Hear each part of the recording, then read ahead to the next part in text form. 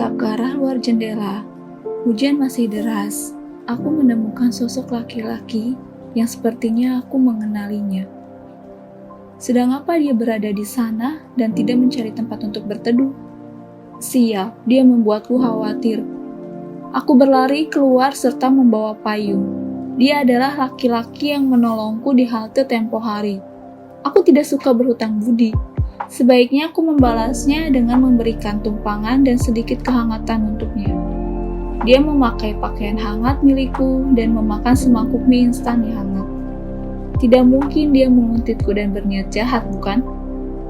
Tiba-tiba dia berbicara bahwa dia ingin menumpang di tempat tinggalku ini dengan alasan jika dia tidak nyaman berada di rumahnya. Aku terkejut mendengarnya. Secara spontan aku hampir memuntahkan minuman yang berada di dalam mulutku. Kau seorang laki-laki, setelah hujan berhenti, kembalilah ke rumahmu dan jalani hidupmu. Yang benar saja, apa dia sudah kehilangan akal sehingga berbicara seperti itu? Bukankah seharusnya dia tahu bahwa kami berlawan jenis? Wajahnya tertunduk malu, tapi aku masih bisa mendengarkan beberapa cerita yang dialaminya. Dia mengalami gangguan kejiwaan. Banyak orang yang meremehkannya, bahkan kakaknya sendiri menghindar darinya. Terkadang dia malu untuk pulang ke rumah. Aku menggenggam tangannya. Busungkan dadamu, hadapi orang-orang itu. Abaikan orang-orang yang meremehkanmu. Jika mereka mengganggumu, barulah kau bertindak. Entah itu sebuah pukulan atau menghindar dan pergi. Dia menatapku seakan-akan aku telah memberinya sebuah harapan. Tidak usah khawatir, aku yakin kau bisa menghadapinya. Mulai sekarang, kita berteman. Jika kau sedang sedih atau ada kesulitan, kau bisa mengunjungiku kapan saja. Tapi tidak untuk menginap. Aku masih di bawah umur. Dia tersenyum mendengar kalimat terakhirku. Ah sial, apa yang sudah aku lakukan? Setelah membaca catatan harian Mama, seharusnya aku tidak mempercayai satupun laki-laki di dunia ini. Tapi mengapa aku melakukannya?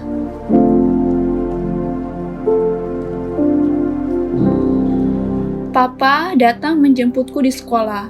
Dia mengkhawatirkanku karena tidak pulang ke rumah. Papa tidak menanyakan alasannya, tapi sepertinya dia sudah tahu. Papa sangat merindukanku. Dia berkata jika tidak masalah jika aku tidak tinggal di rumah itu. Toh memang Papa jarang berada di rumah. Akan tetapi, aku harus tetap menghubunginya agar tidak membuat Papa khawatir mengenai keadaanku. Dia berjanji akan mencukupi kebutuhanku. Perkataan itu sudah tidak asing bagiku. Aku hanya mengangguk dan Papa mengusap kepalaku. Aku menepisnya. Aku benar-benar tidak nyaman dan meminta maaf kepada Papa atas perlakuanku yang kurang sopan karena ketidaknyamanan itu.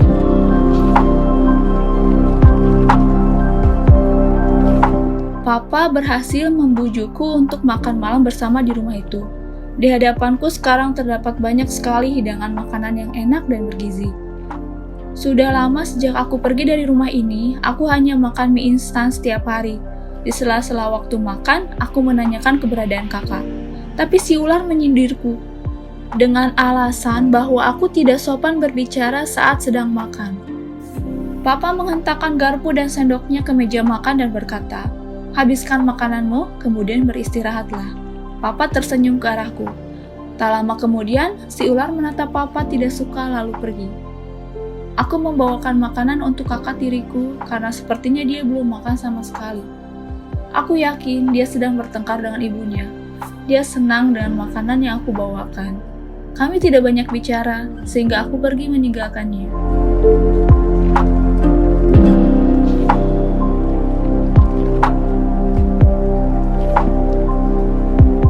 Sepulang sekolah, aku mendapatkan sindiran dari si ular. Dia berkata jika aku sudah berani menginjakan kaki di rumah ini ketika Papa sedang melakukan perjalanan bisnis keluar kota.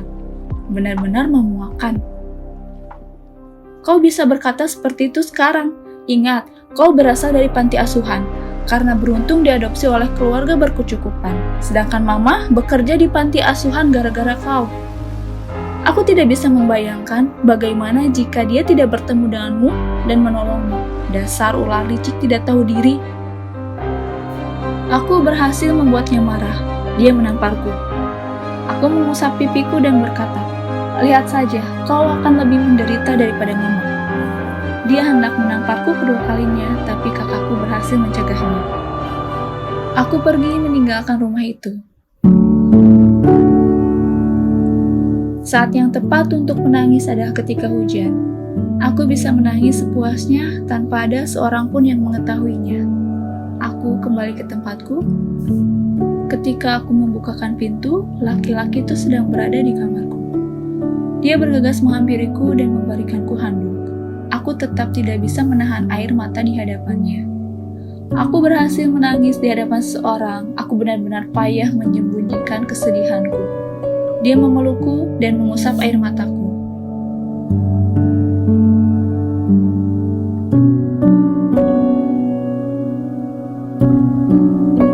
Papa tewas dibunuh seseorang.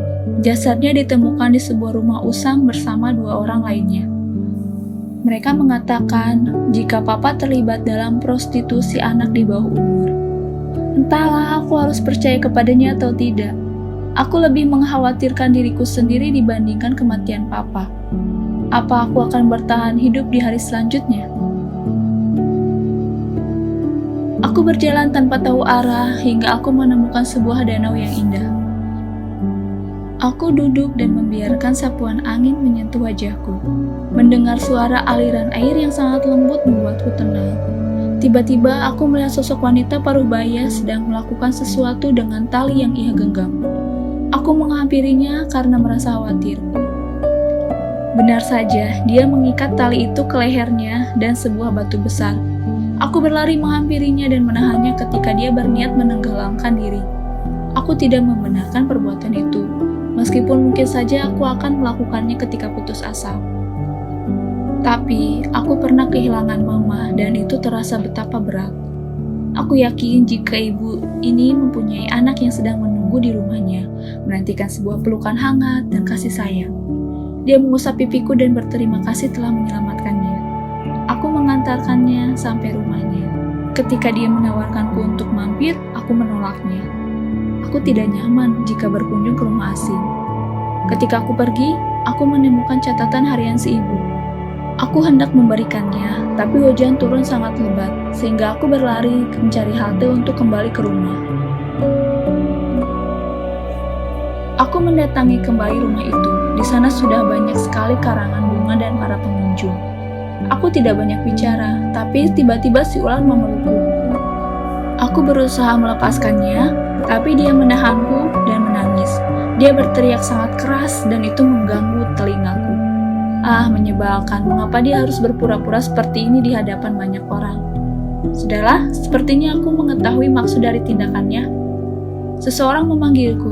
Dia adalah pengacara Papa yang akan mendampingiku sampai aku dewasa.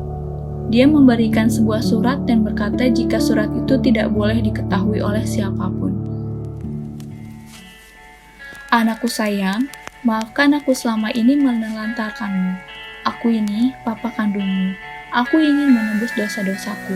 Sebagai gantinya, aku akan menyerahkan sebagian besar warisanku untukmu dan kakakmu, karena kalian adalah anakku. Sebagai hadiah untukmu, aku telah menemukan sahabatmu saat kau berada di panti. Aku telah memberikannya sebuah beasiswa dan menyelamatkan hidupnya dari para predator seksual. Aku menyiapkan semua ini karena mungkin saja ibu tirimu sedang mempersiapkan sesuatu yang akan membunuhku. Salam, Papa.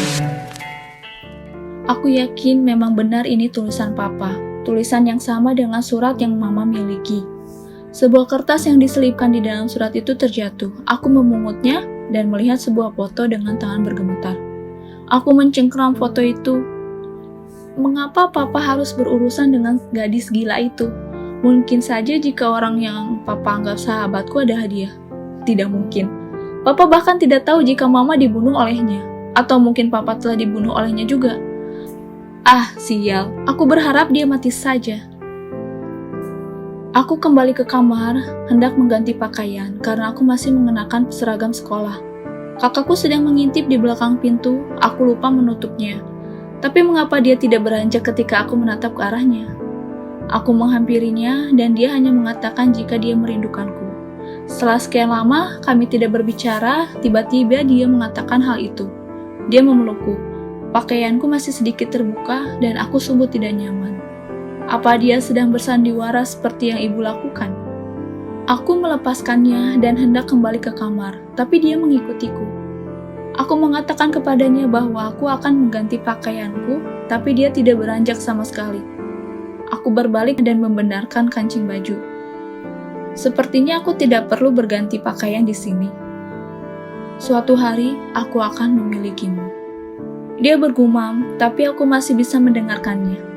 Apa dia sudah gila? Apakah aku yang berpikiran terlalu jauh? Sudahlah, lebih baik aku menghindarnya. Setelah pemakaman usai dan para tamu sudah mulai merenggang, pengacara itu membacakan sebuah wasiat yang papa tulis. Di sana dituliskan jika aku mendapatkan warisan lebih besar daripada kakak. Akan tetapi, semua perusahaan milik papa akan dikelola oleh orang yang profesional sampai aku menyelesaikan perguruan tinggiku. Masih lama, tapi aku sedikit tenang. Sedangkan ibu tidak mendapatkan sedikit pun. Dia tampak syok mendengar hal itu. Tiba-tiba dia tidak sadarkan diri dan dilarikan ke rumah sakit.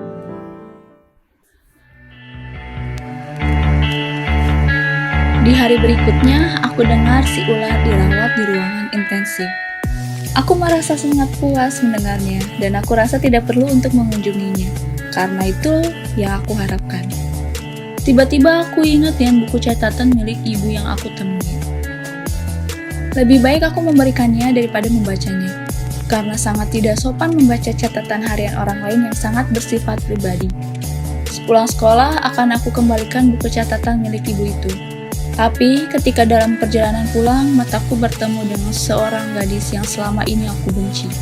Dia si gila. Aku harus berpura-pura tidak mengetahui apa yang telah terjadi pada papaku. Aku mengajaknya ke suatu tempat, karena aku tidak ingin seorang pun di sekitarku berurusan dengannya.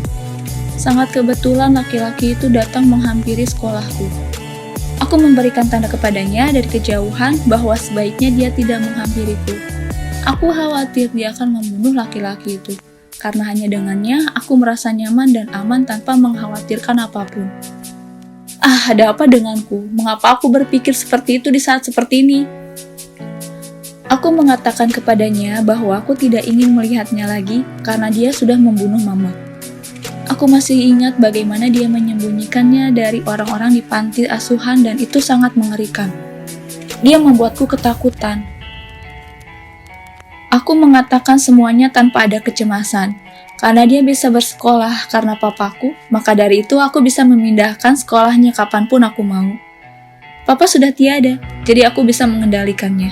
Cukup menyenangkan.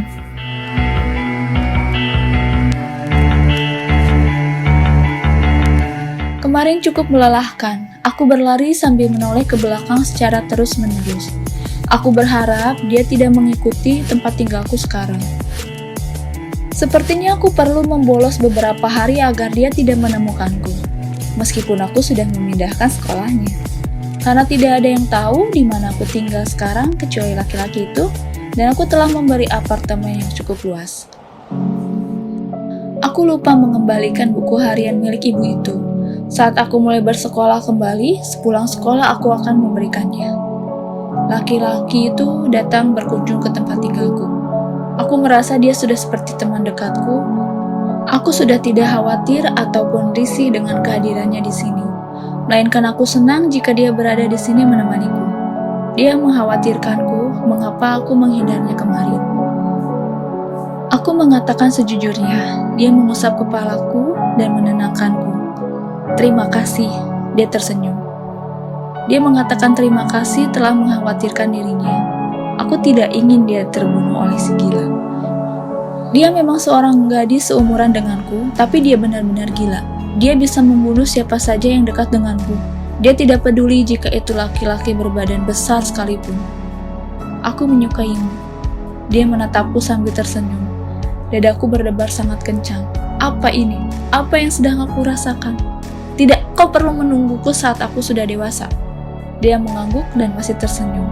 Aku malu sekali dan menghindar darinya, kemudian aku mengurung di kamar. Mengapa dia sangat tampan ketika tersenyum seperti itu? Untuk pertama kalinya, aku melihat senyuman indah itu.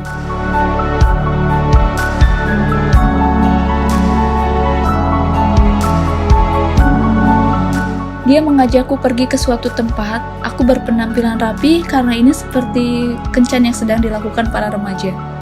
Umurku belum cukup dan aku masih cemas dengan si gila. Akhirnya kami memutuskan untuk memakan es krim di apartemenku. Dia menemukan sebuah foto yang sudah aku rusak. Foto papa bersama si gila. Dia bahkan merasa tidak asing dengan si gila, seperti pernah berurusan dengannya. Dia sedang mengingat-ingat masa itu, dan dia menceritakan semuanya. Kejadian itu belum lama. Sebelum bertemu denganku, dia bertemu dengan si gila di dekat rumah neneknya. Gadis itu menghampirinya karena dia tahu jika laki-laki ini sedang kesal. Akhirnya dia bercerita kepadanya bahwa dia sedang kesal dengan neneknya.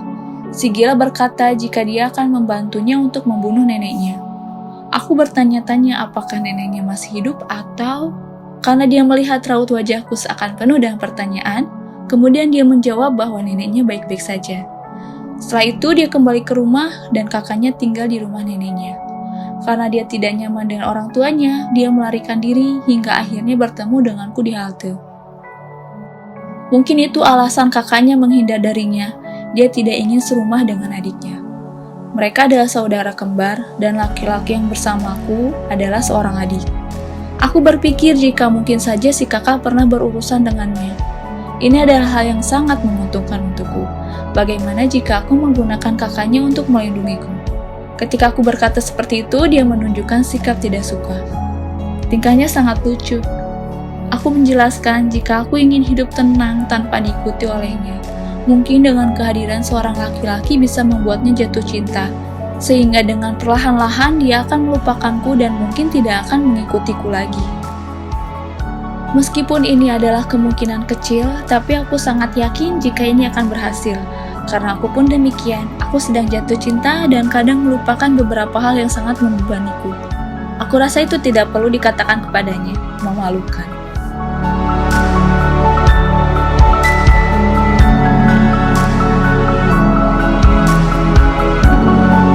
Jam pelajaran berakhir. Aku bergegas pergi ke rumah pemilik buku ini. Tapi beberapa orang yang sering menggangguku mencegatku. Ah, sial. Hari ini aku sibuk sekali. Mereka terlihat terlalu mempunyai banyak waktu luang karena tidak ada pekerjaan sehingga mereka menjadikanku sebagai hiburan untuknya. Mungkin saja jika bukan aku yang diganggu olehnya, orang itu akan mencoba untuk bunuh diri karena tidak tahan atas perlakuannya. Apa aku berikan saja beberapa pelajaran untuknya agar mereka semua menyesal? Aku membuatnya melarikan diri, mereka ketakutan jika dikeluarkan dari sekolah. Padahal orang-orang seperti mereka tidak pantas untuk bersekolah. Karena aku tidak yakin jika mereka bersungguh-sungguh mendapatkan pelajaran. Laki-laki itu datang menjemputku, dia berniat ingin mengajakku pergi ke suatu tempat. Tapi aku benar-benar tidak bisa untuk hari ini. Dia bersikeras untuk mengikutiku dan aku menyetujuinya. Sampai di rumah itu, aku melihat pintu itu sudah terbuka. Aku berusaha memberikan salam, tapi tidak ada satupun yang menjawab. Rumah ini sepi, tapi sangat berantakan. Sepertinya rumah ini sudah kedatangan maling. Aku khawatir melihat keadaan rumah ini dan bergegas mencari ibu dan anak-anaknya. Mungkin mereka sedang tersekap atau sesuatu yang tidak aku harapkan. Laki-laki ini mencurigai pintu yang ditutup secara paksa. Karena dia tidak melihat ada lubang kunci di situ. Kami membukanya dan benar saja seorang gadis seumuran denganku sedang terbaring lemas. Kami berhasil membawanya ke rumah sakit dan dia terselamatkan.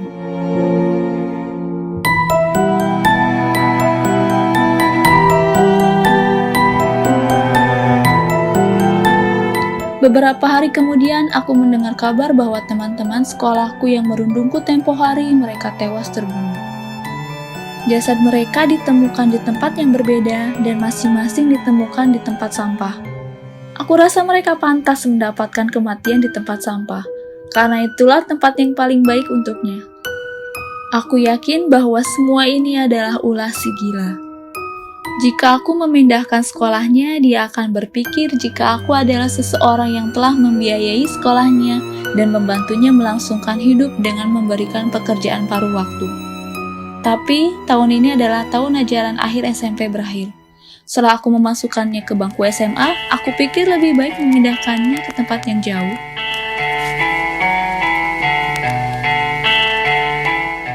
Aku rasa saatnya aku melakukan rencanaku memanfaatkan si kakak dari laki-laki ini. Akhir tahun ajaran telah usai dan mungkin pekan depan dia sedang bersiap-siap untuk pergi dari sini.